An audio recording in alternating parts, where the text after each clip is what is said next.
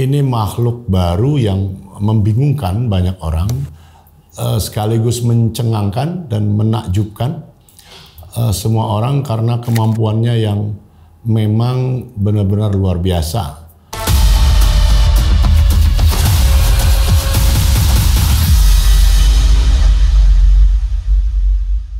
Saudara, kita akan bicara primadona teknologi yang lagi heboh sekarang dan praktis seluruh dunia membahasnya, membicarakannya dalam berbagai cara ya, yaitu artificial intelligence atau kecerdasan buatan. Misalnya dalam ekspresinya yang berupa LLM ya, Language Large Model, yang produknya antara lain berupa ChatGPT dari perusahaan namanya OpenAI di Amerika. Ya. Baru 2 tahunan dia muncul, bulan November 2022 ya, tapi proliferasinya, perkembangannya begitu cepat dan setiap orang yang menggunakannya mau tidak mau terkejut dengan kemampuannya. Yang bisa disimpulkan secara sederhana dan gampang adalah sebuah mesin yang bisa berpikir sendiri atau berperasaan gitu. Dia mampu mengkompos, menyusun satu esai misalnya, tulisan artikel, bahkan bisa nulis puisi, bisa nulis cerita fiksi, novel dan sebagainya. Anda tahu semua itu. Hal-hal yang semula diragukan dan ternyata keraguan itu terpatahkan. Karena ternyata benda ini benar-benar mampu. Saya menyimpulkan bahwa ini alat yang benar-benar bisa berpikir sendiri. Walaupun sebenarnya cara kerjanya, kabarnya adalah dia menghimpun begitu banyak ekspresi linguis umat manusia ya dalam semua bahasa yang sekarang menggunakan parameter mungkin sudah ratusan miliar. Dari semula pada November 2022 itu dia paling seratusan juta parameternya. Dalam waktu singkat jadi miliaran, dalam waktu singkat lagi proliferasinya eksponensial. Jadi sekarang saya udah nggak tahu udah berapa ratus miliar mungkin sampai triliun ekspresi bahasa dalam semua bahasa praktis di dunia ini yang bisa dirangkum di situ dan bisa kita manfaatkan. Para investor pun dari segi bisnisnya berlomba-lomba mengguyur uang kepada OpenAI dengan ketuanya atau penemunya namanya Sam Altman. Nah tetapi dalam minggu-minggu ini tiba-tiba keperkasaan OpenAI itu seperti diinterupsi atau didisrupsi oleh alat serupa, teknologi serupa dari Cina, yaitu DeepSeek. Dibikin oleh anak muda belum 40 tahun namanya Lian Wenfeng. Nah yang ajaib lagi, lebih ajaib lagi dari OpenAI, DeepSeek ini dibuat dengan biaya yang jauh lebih murah. Kabarnya cuma $6 juta. Biaya melatihnya itu, melatih kebahasaannya. Sementara OpenAI itu mungkin ratusan juta dolar atau 100 juta. Pokoknya perbedaannya jauh sekali. Sehingga ini aspek lainnya para investornya gigit jari, investor OpenAI itu gigit jari. Kenapa saya harus berinvest semahal ini gitu dibanding dengan Cina. Dan juga katanya kehebatannya DeepSeek ini adalah komputasinya bisa 50 kali lipat lebih efisien. Jadi dia kalau kita tanya sesuatu, dia akan jawab langsung yang paling relevan saja dengan kebutuhan kita. Dengan cara itu maka komputasinya tidak perlu ngoyo gitu kira-kira bahasa gampangnya. Karena dia langsung pinpoint, langsung mengarah pada jawaban langsung dari persis apa yang kita tanya. Ini beda dengan OpenAI. Atau dalam bentuk yang sederhananya Anda bisa lihat Google ya. Google itu kalau Anda tanya misalnya tentang film Indonesia terbaru atau sejarah film Indonesia misalnya, dia akan kasih alternatif ratusan atau ribuan link yang membicarakan soal sejarah film Indonesia.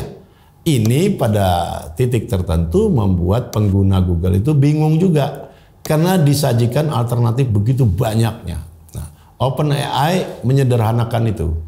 Nah, DeepSeek sekarang lebih menyederhanakannya lagi dengan cara menjawab persis hanya apa yang kita tanya secara akurat. Gitu kira-kira bahasa gampangnya. Nah, tapi di sisi lain banyak sekali orang yang cemas pada perkembangan artificial intelligence ini karena daya destruksinya juga bisa dahsyat dan bisa tidak terbayangkan di masa depan. Tetapi Anda tahu bahwa yang namanya science itu tidak bisa dibendung, uncontainable istilahnya.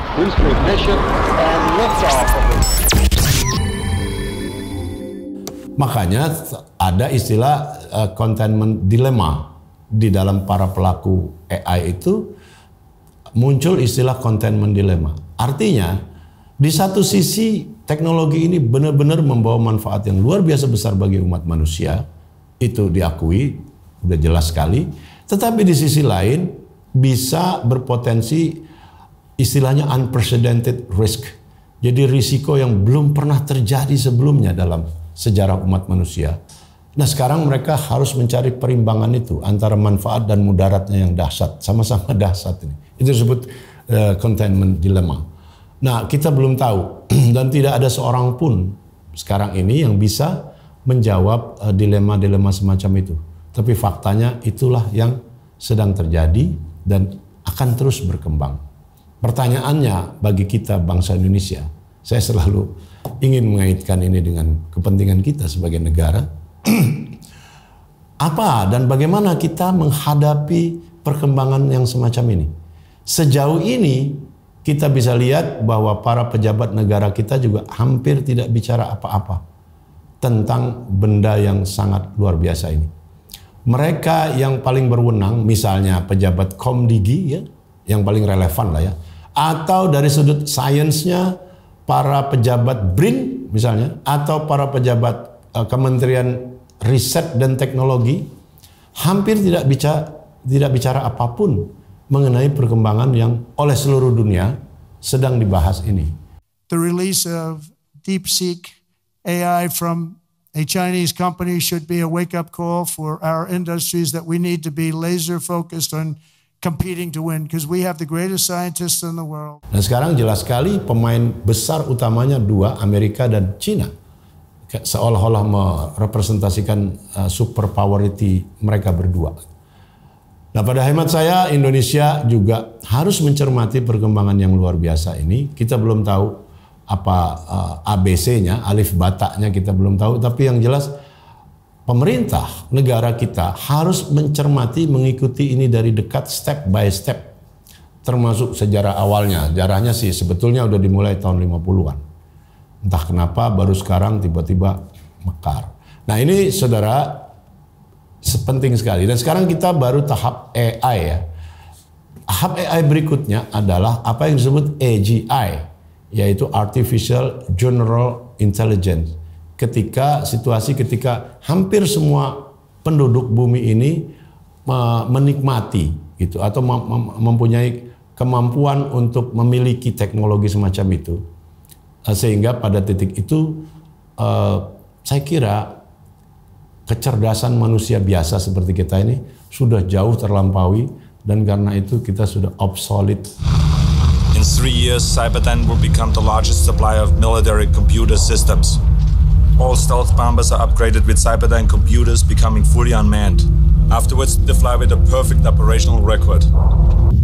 I'll be back. Atau dalam bahasa penulis Harari itu menjadi useless society. Nah, jadi kata dia untuk pertama kalinya manusia membuat teknologi yang tidak mampu dikontrolnya. Jadi ini uncontrollable, berita buruknya. Saya serahkan kepada Anda semua bagaimana isu ini harus ditanggapi oleh Anda sendiri sebagai warga negara, oleh pemerintah kita sebagai pejabat yang berwenang mengelola negara ini. Karena pasti dampaknya juga kena pada negara kita sebagai negara, bukan sebagai individu-individu. Baik, saya Hamid Basyaib.